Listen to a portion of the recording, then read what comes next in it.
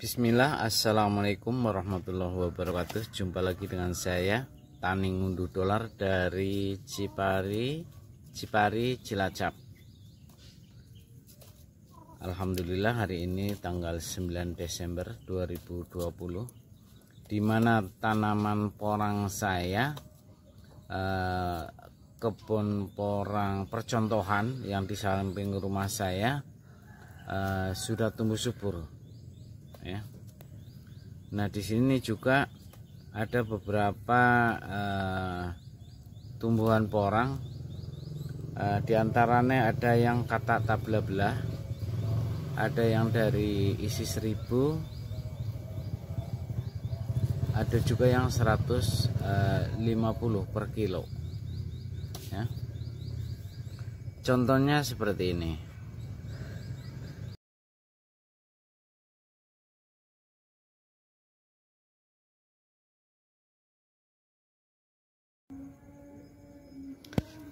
Nah, ini tumbuhan porang saya, di mana saya merasakan bahwa ada perbedaan yang sangat ketara. Pertumbuhannya sangat memuaskan, ya, sangat memuaskan bagi menurut saya pengalaman untuk musim kedua ini, di mana saya menanam dari katak ini ya kemarin. Berarti ini usia kisaran sebulan setengah, tapi ada tumbuh subur dan tinggi. Nah, ini yang membedakan dengan tanaman yang dulu ataupun tanaman yang di kebun samping rumah ini sama yang di kebun itu. Perbedaannya ini lantaran pada awalnya memang saya melakukan dolomit. Ternyata memang tanah yang di dolomit sebelum kita tanam itu sama porang luar biasa suburnya, ya. Ada yang udah setinggi seperti ini gitu. Ini dari katak isi 150 sampai dengan 300. Ini saya merasakan luar biasa banget, sangat berbeda sekali dengan waktu saya menanam yang tidak saya menggunakan dolomit, ya. Ini subur banget yang menggunakan dolomit. Nah, jadi kalau menurut saya ini memang sangat subur lah ya, tinggi-tinggi dia. Awal mulanya ini karena di dolomit lantarannya. Ini belum saya pupuk ya, belum saya pupuk. Saya belum nyempetin yang di samping rumah untuk memupuk. Asik sibuk di lahan kebun, jadi sangat beda banget. Sementara ini yang biji dari isi 1000, ini kemarin dari katak hasil panen sendiri ya, yang di kebun ini. Jadi ini yang hasil katak isi 1000.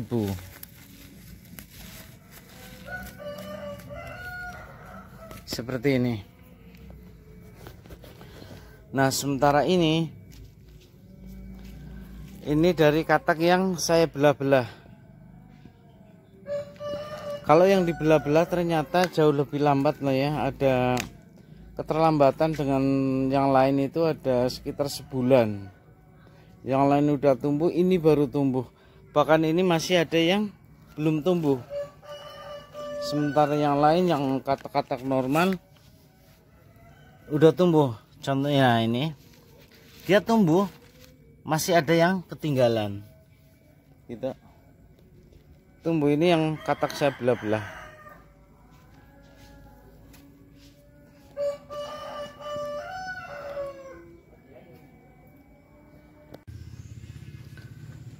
Nah, di tanaman porang saya di kebun percontohan samping rumah ini juga ada beberapa yang menurut saya cukup menarik untuk dikupas. Pada diri saya pribadi ya, ini sangat menarik. Kenapa? di saat tumbuhan yang dari katak tumbuh satu, ini sebetulnya tumbuh satu dan ini tumbuh yang kedua ya, itu udah tinggi banget seperti ini. Dia tumbuh subur, jauh lebih subur ya, perbandingannya gelas gitu kan. Dia tumbuh sangat subur, dia sudah tumbuh batang yang kedua dan dia tinggi gitu kan. Nah ini perbandingannya gelas. Sementara tumbuhan porang yang ini sampai 10 gitu ya, itu masih kecil banget gitu kan, satu gelas lebih sedikit gitu kan. Ini ya, dia tidak subur dibandingkan dengan tanaman-tanaman yang tumbuh satu gitu kan. Ini belum saya pupuk, memang banyak banget lah, banyak banget contoh. Ini lagi ya, tuh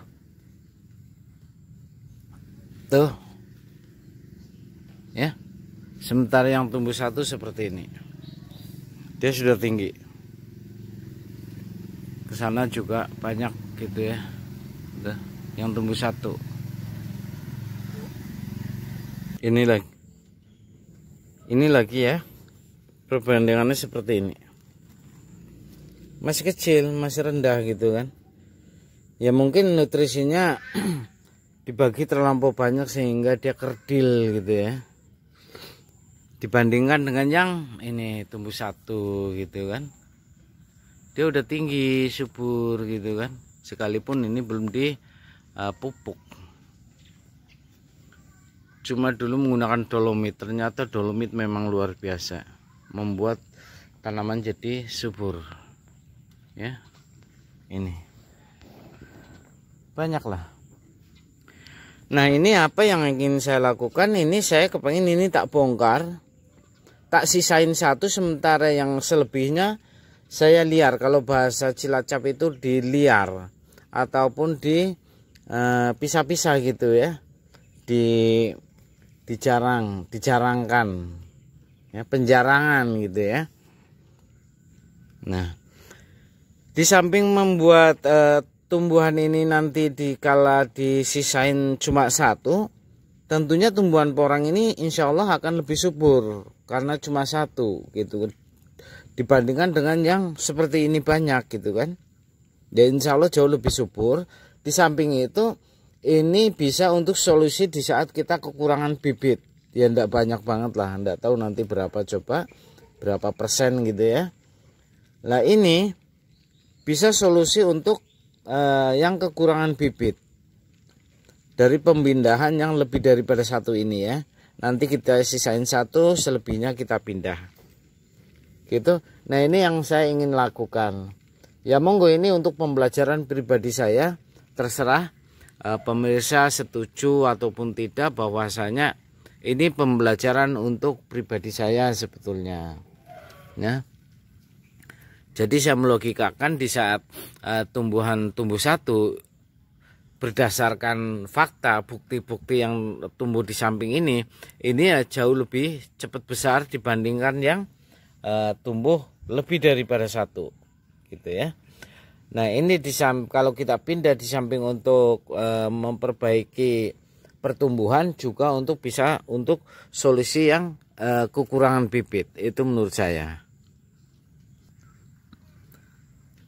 Nah di saat tumbuhan dari katak ini usia sudah lebih dari 1 bulan ataupun 1,5 bulan gitu ya, itu tumbuhan-tumbuhan ini pangkalnya itu nanti dia sebetulnya sudah misah antara satu dengan yang lain gitu ya.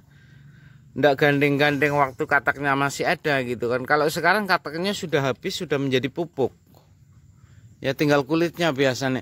Nah ini pangkalnya itu nanti dia sudah misah-misah sebetulnya satu persatu gitu ya. Nah ini juga perlu dipahami antara tumbuhan yang tumbuh lebih dari satu itu dalamnya nantinya satu, ataupun memang dia sudah tumbuh menjadi 3 batang. Bukan, maksudnya sudah tumbuh tunas yang ketiga. Nah, ini juga perlu dipahami. Saya carikan contoh.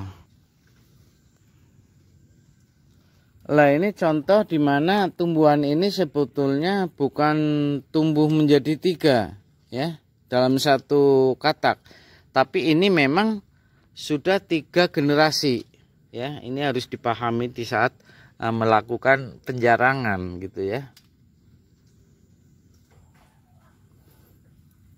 Ya, itu memang harus dipahami ya, di saat kita melakukan penjarangan itu satu katak tumbuh menjadi 5, 10 atau berapa, itu kalau saya akan melakukan pemindahan penjarangan. Tapi bila mana tumbuhan katak itu memang tumbuh cuma satu tapi pohonnya sudah 3 generasi, itu ya tidak saya pindah. Sebagai contoh, ini ciri-cirinya. Ini tumbuhan yang pertama sebetulnya dia sudah mulai keluar katak gitu ya. Sudah mulai keluar katak. Nah, ini sebetulnya tumbuhan yang kedua ya. Ini tumbuh yang kedua. Sementara ini lebih muda. Ini tumbuh yang ketiga. Jadi tua, lebih muda lagi. Nah, ini sebetulnya tumbuh satu, cuma sudah tumbuh 3 generasi. 1, 2, 3 ini tidak perlu dipindah ya. Tidak perlu melakukan pemindahan. Yang saya ingin lakukan pemindahan diantaranya adalah yang seperti ini. Ini pada mulanya ini tumbuh 2 sebetulnya ya. Ini tumbuh 2, ini satu sebetulnya ya. Lah, ini yang ingin saya lakukan pemindahan. Ini walaupun 3, oh ini juga 1, 2, 3 sebetulnya. Ini yang tua, ini yang muda, ini yang tua, ini yang muda bawah. Ini sementara ini 3. Lah, ini yang ingin saya pindah gitu ya. Nah, kita akan melakukan penggalian ini ya. Ini sebetulnya dia sudah misah ya, sudah tidak jadi satu di katak, tapi ini memang sudah pisah. Ini yang ingin saya lakukan pemindahan.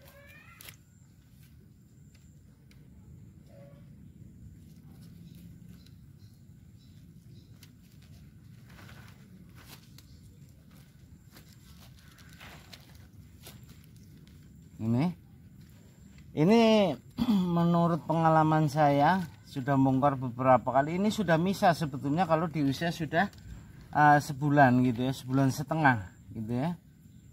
Nah, ini kalau tidak dilakukan penjarangan ya tentunya ini akan kerdil gitu kan.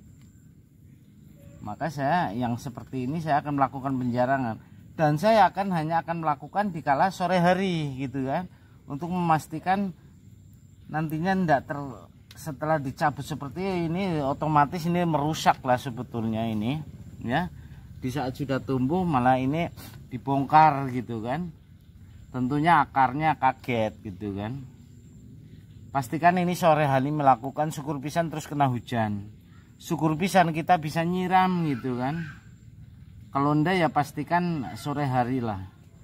Ini sudah misah ya, 1.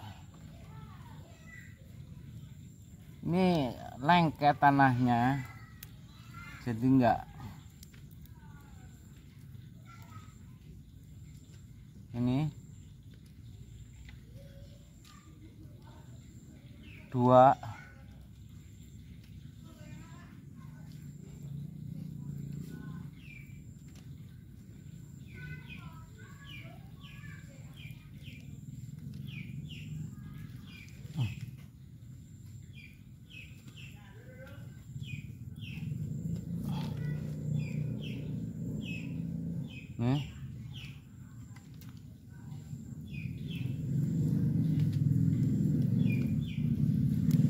Tanahnya becek.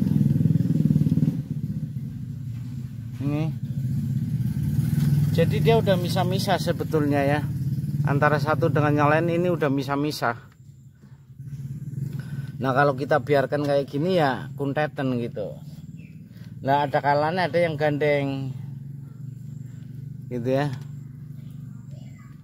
Ada kalanya ada juga yang gandeng, mungkin ini gandeng ya, tapi ini sebetulnya 2 tunas ya. Nah ini gandeng, enggak apa-apa, ini masing-masing sudah ada akar gitu kan. Nah seperti ini. Untuk memastikan ini tumbuhnya nanti lebih maksimal, kalau cuma ditanam satu, di samping itu kita juga mendapatkan bibit di saat kita kekurangan bibit ya. 1, 2, 3, 4, 5, 6, 7, 8 ya. Maka kita tanam, saya hanya akan menanam di sini cuma 1.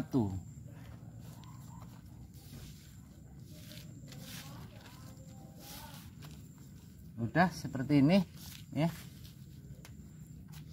Yang lain kita simpan, yang lain kita pindah di lahan yang berbeda gitu. Dan ini akan lakukan seperti ini semuanya.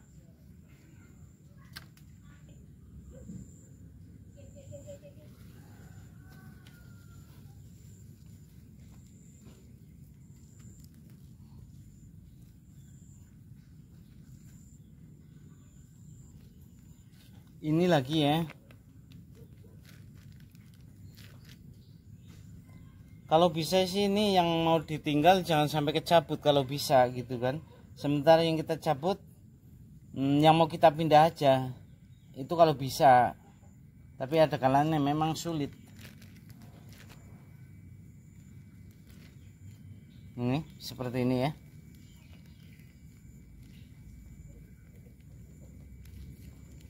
Ini udah misah sebetulnya antara satu dengan yang lain nih ya.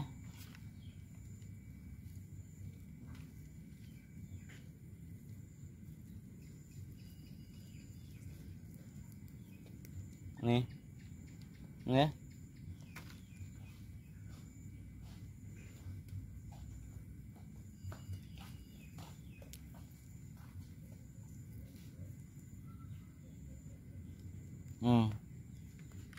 Jadi kayak gini.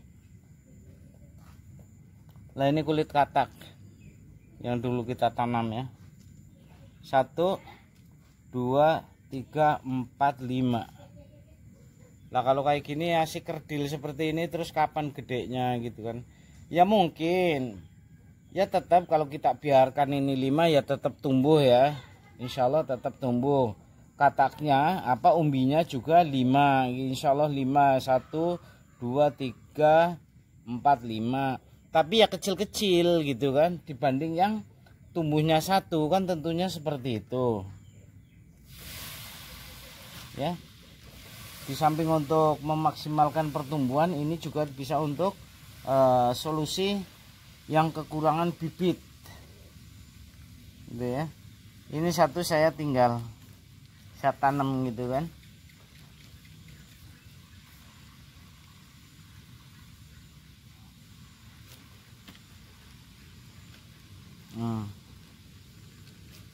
Ya monggo lah, ini pola bertani porang saya. Kalau pemirsa tidak setuju ya itu sah-sah saja, monggo gitu kan. Buatlah yang terbaik pokoknya lah. Tapi saya melogikakan sebagai petani ya samalah dengan tanaman apapun itu. Kayak pohon pisang misalnya ya. Kenapa di saat anaknya terlampau banyak dia akan dikurangi, disisain cuma 2 ataupun 3? Ya karena si petani menginginkan pisang tumbuh dengan maksimal gitu kan.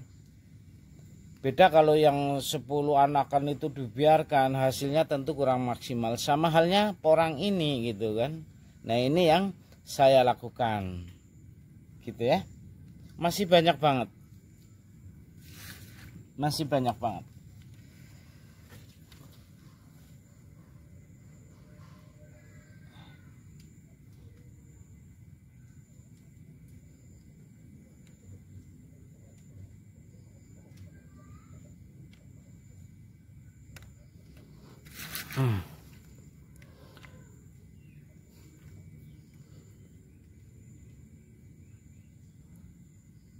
Ih.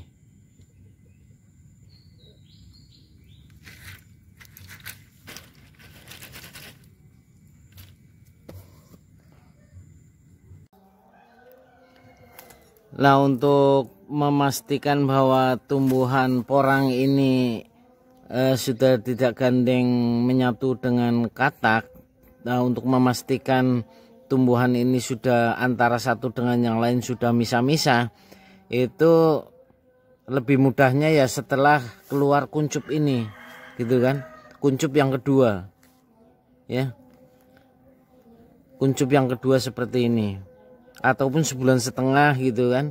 Tapi untuk memastikan lebih enaknya ini setelah keluar kuncup yang kedua seperti ini ya, tentunya di dalamnya sudah misah gitu ya.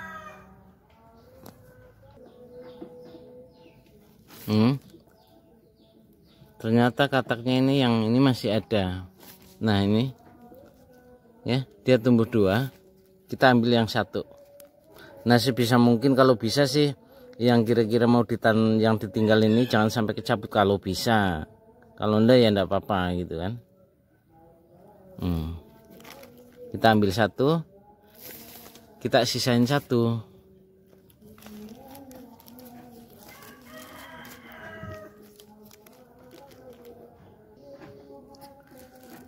Begitu kira-kira ya.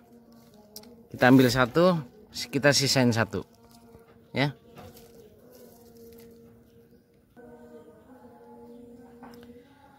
Nah, ini hasil dari penjarangan ya. Ini yang saya cabut ya, yang lebih tumbuh lebih daripada satu ya, dari kebun di samping rumah, kebun percontohan ya. Ini saya akan hitung jumlah yang saya hanya mencabut 3 bedeng ini ya.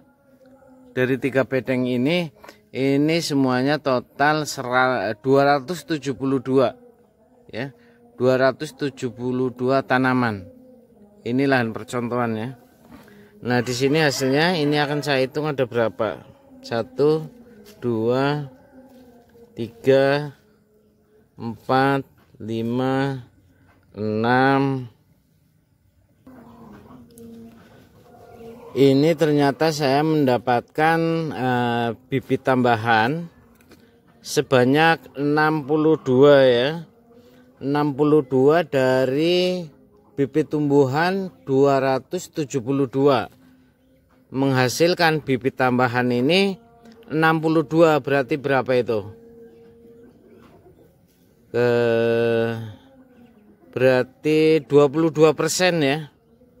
Nah, bisa ditarik kesimpulan ternyata kita bisa menghasilkan bibit tambahan 22%. Nah, ini cukup lumayan ini. 20%. Nah, lumayan.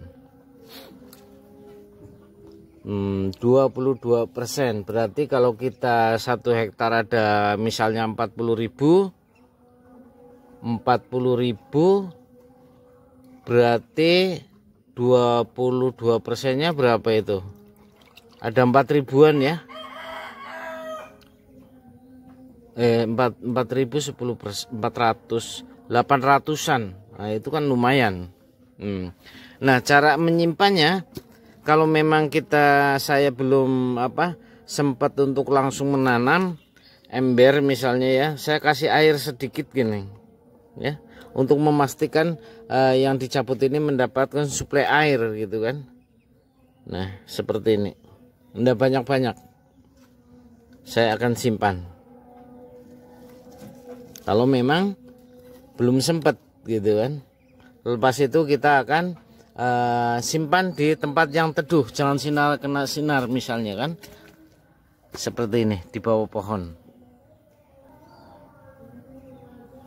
Ini semuanya akan saya simpan gitu kan. Kalau memang belum bisa langsung sibuk misalnya, ataupun kesoren maghrib gitu kan, karena ini kan saya nyabutnya sore gitu kan.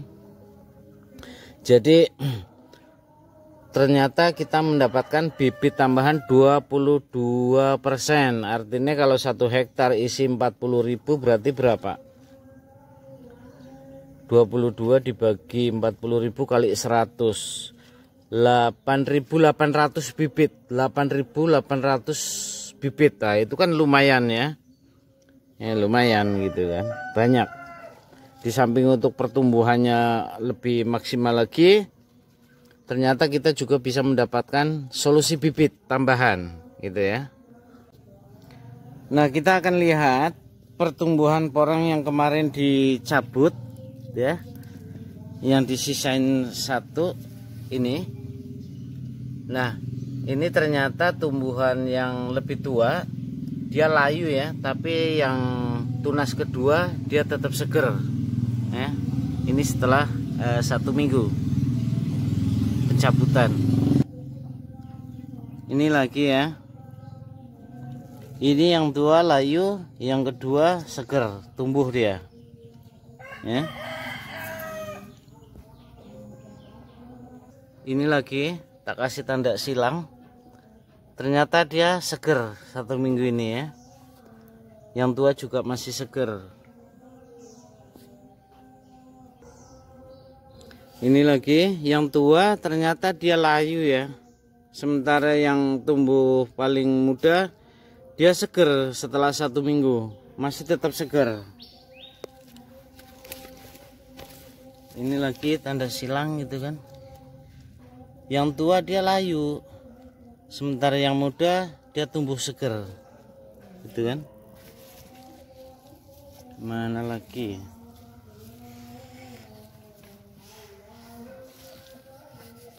Ini dia tumbuh seger. Ini yang kemarin tumbuh 10 ya. Dia tunas yang paling muda, masih seger. Jadi kesimpulannya di saat besok-besok lagi, kesimpulan dari setelah 1 minggu, kesimpulan saya adalah di saat tumbuhan lebih dari 1 yang dari katak ya, mau dilakukan pemindahan atau penjarangan, pastikan bahwa dia setelah tumbuh tunas yang kedua minimal ini, yang kuncup.